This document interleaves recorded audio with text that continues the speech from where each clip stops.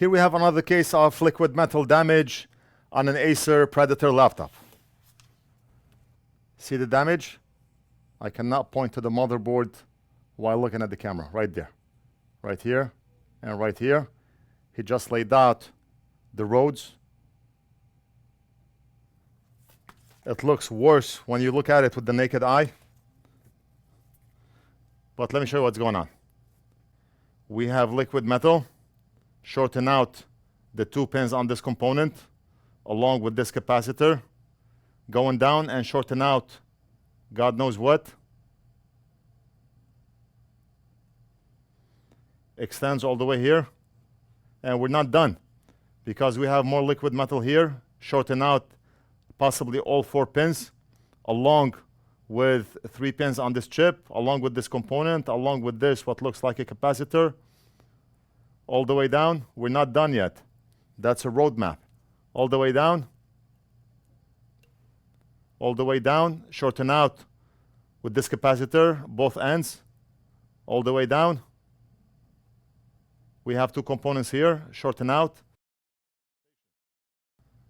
Those 2 components shorting out. Data lines. And we also have this 1 streak of liquid metal. Looks like it's coming from the GPU. I do not know how far in that liquid metal is. More to come. The road is not done yet. All the way down. More shorts here. And then we have a dead end. Dead end is right at that pin. Right? Wait a minute. We have a pond here. Another one here. And let's continue to our left.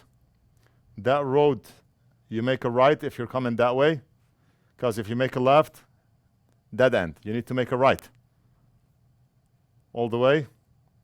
This is shortened with this. All the way. To where? To under the CPU. Nice. That's amazing. So the road ends here. You reach your destination, your home. And then you discover that you do not have keys to your home because your home is burned. It's dead. There's nothing to open. And most likely nothing to fix. And why all this world map here? Because you're trying to improve the temperature by 5 degrees, 4 degrees, 10 degrees.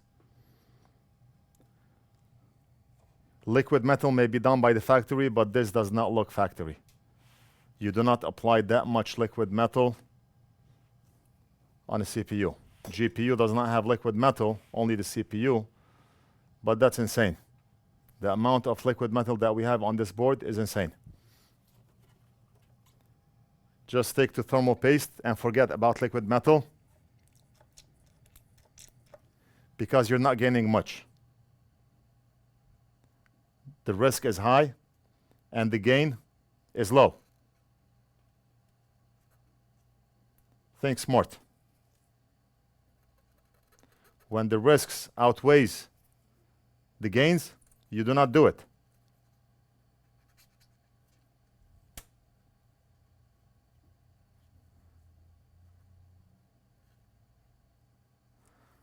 One thing I discovered is when I have isopropyl on the swab, it actually brings together liquid metal. You see how liquid metal formed into a blob here?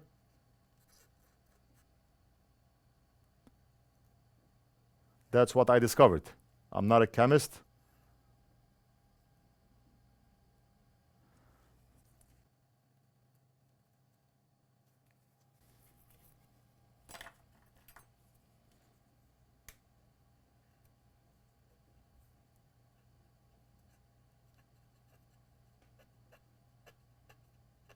When a chip shorts out, like this one here, it can cause damage to the chip.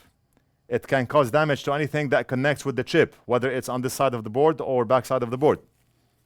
And then you end up in a rabbit hole that you will never figure out.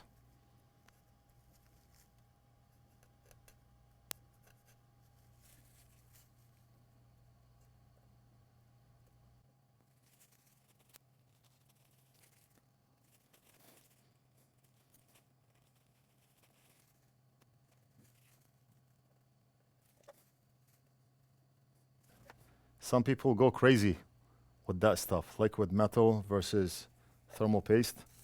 I mean, I remember I used to love cycling, and I had a pro bicycle, racing bike, and I went to buy a shoe with cleats for that cycle, for that bicycle. And they go by the grams, 185 grams. It's $290. If you want the one that's 179 grams, it's $70 extra. You're talking 2-3 grams. And some people pay the $70 extra so they can get a 3-gram lighter shoe.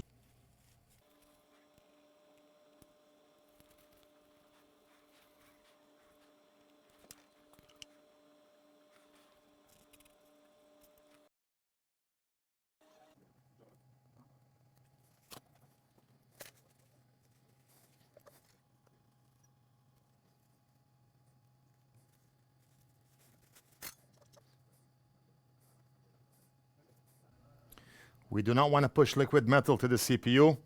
We want to twirl away from the CPU.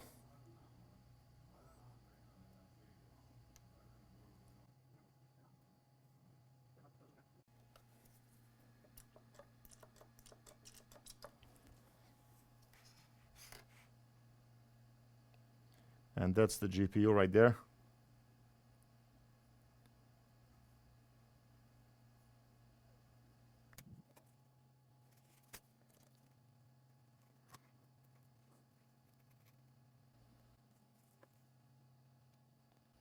Now, if I had alcohol on that blob, it would be easier to take out.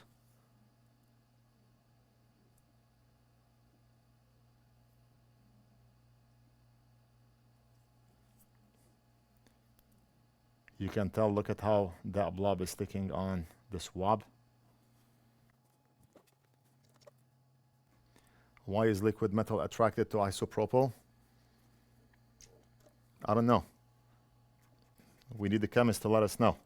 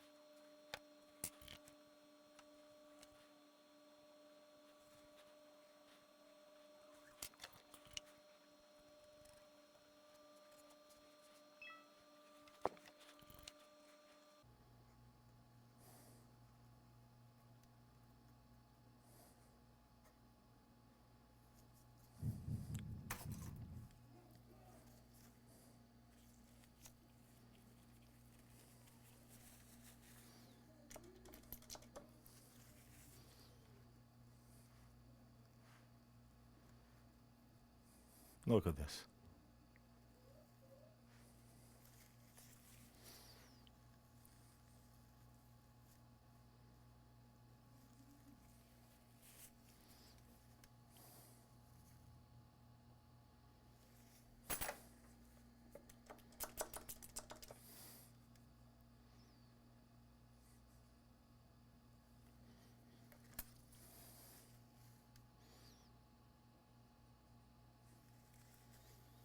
See, with alcohol, I'm able to remove it as one piece.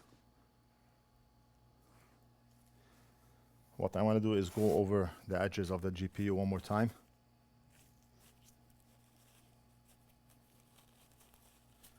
God knows what's under that GPU.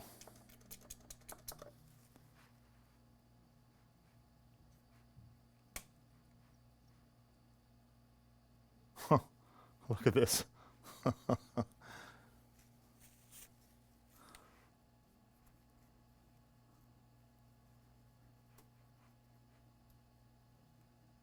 There's a 16% chance that we may be able to fix this laptop.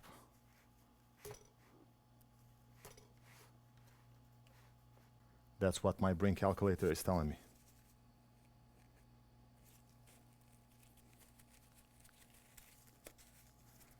Here we're gonna do our best.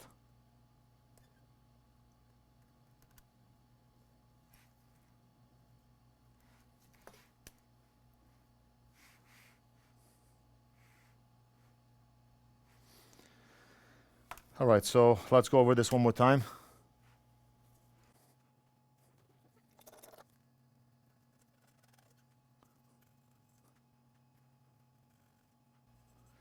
Someone in the comments will probably say, oh, you missed the spot. I'm doing my best. I'm not Superman.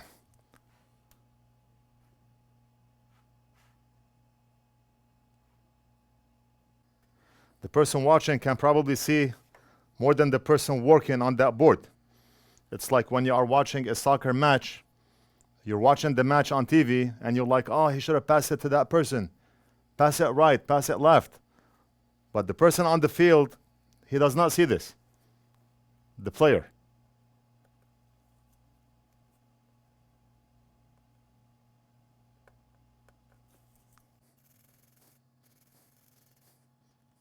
Just making sure we do not have any bridges, and I do not see any bridges on any one of the chips. Or maybe I do.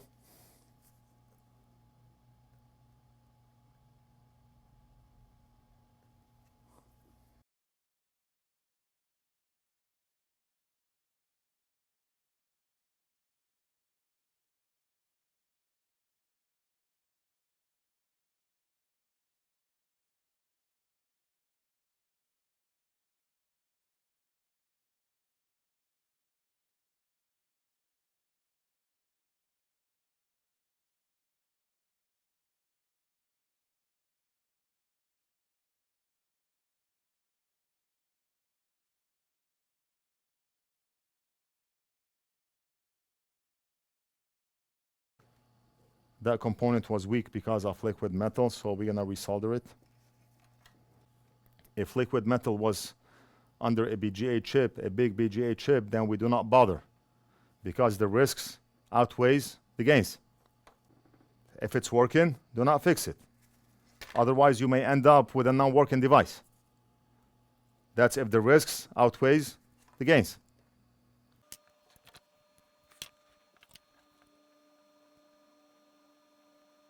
Okay, and that's the NF mini pen.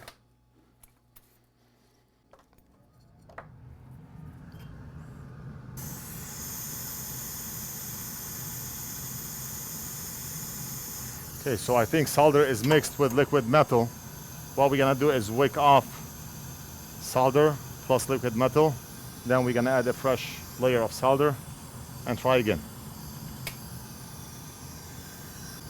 The beauty of using liquid metal. Go ahead and do it.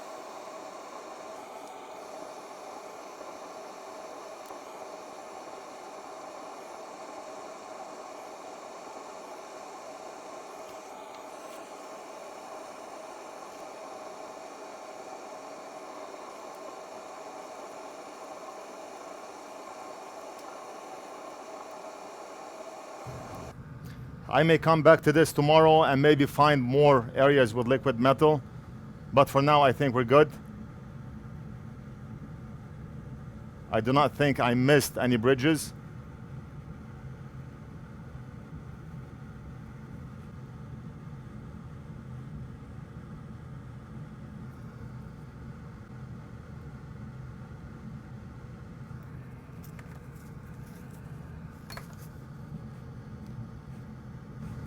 We may have to do an ultrasonic cleaning, even though I do not think ultrasonic is effective in removing liquid metal. I've tried it before, but that's the only option that we have if it did not work. And if after doing an ultrasonic cleaning on the board, it still does not work, then what can you do?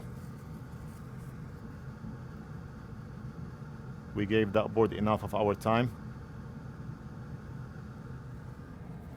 But there's only so much that we can do within the time allocated for this device. We cannot spend 1 week working on this device.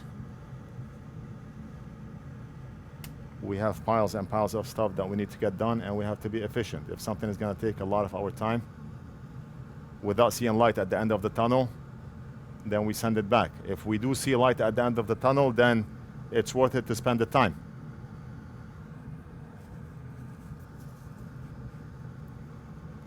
If something is not practical, non-practical repair.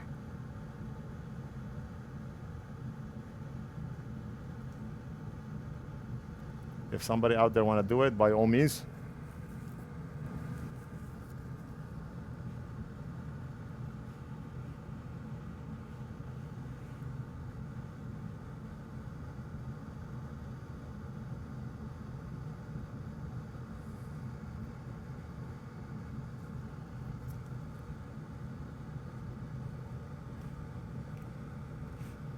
Okay, now assuming we do not have liquid metal anywhere else on the board,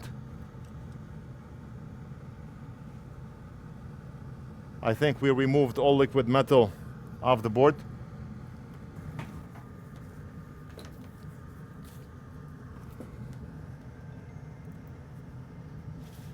Charging cable is plugged in.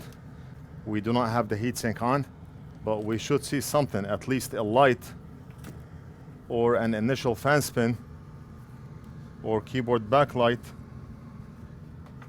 or something.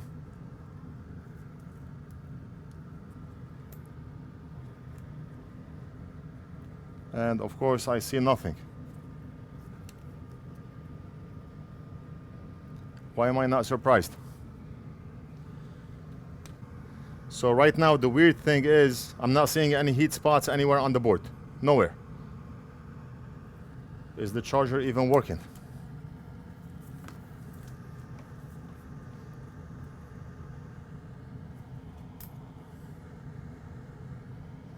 Yeah, we have 19.4 volts, so the charger is good.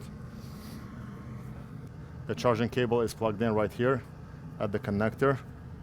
If we measure here, we have 19.4 volts or 19.37 volts.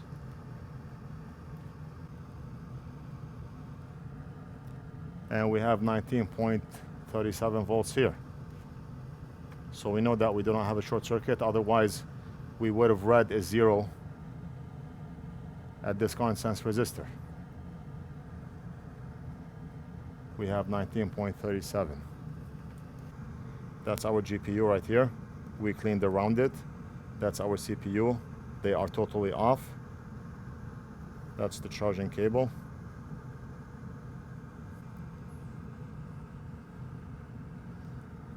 And that's just a shiny object on the board, and we have absolutely no heat spots on the board.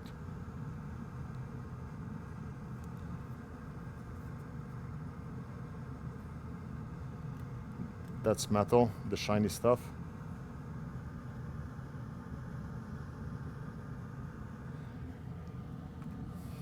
Okay, so I'm done recording. I'm gonna ask Big Boss to remove the board. I'm gonna inspect back of the board, and we're gonna ultrasonic the board. If it works, I'll update the video. If not, then we're gonna end the video right here. I hope you enjoyed it, even though it's a no fix as of now. Don't forget to like and subscribe, and we'll do something else in the next video. And do not use liquid metal. Do not do it. Do not do it.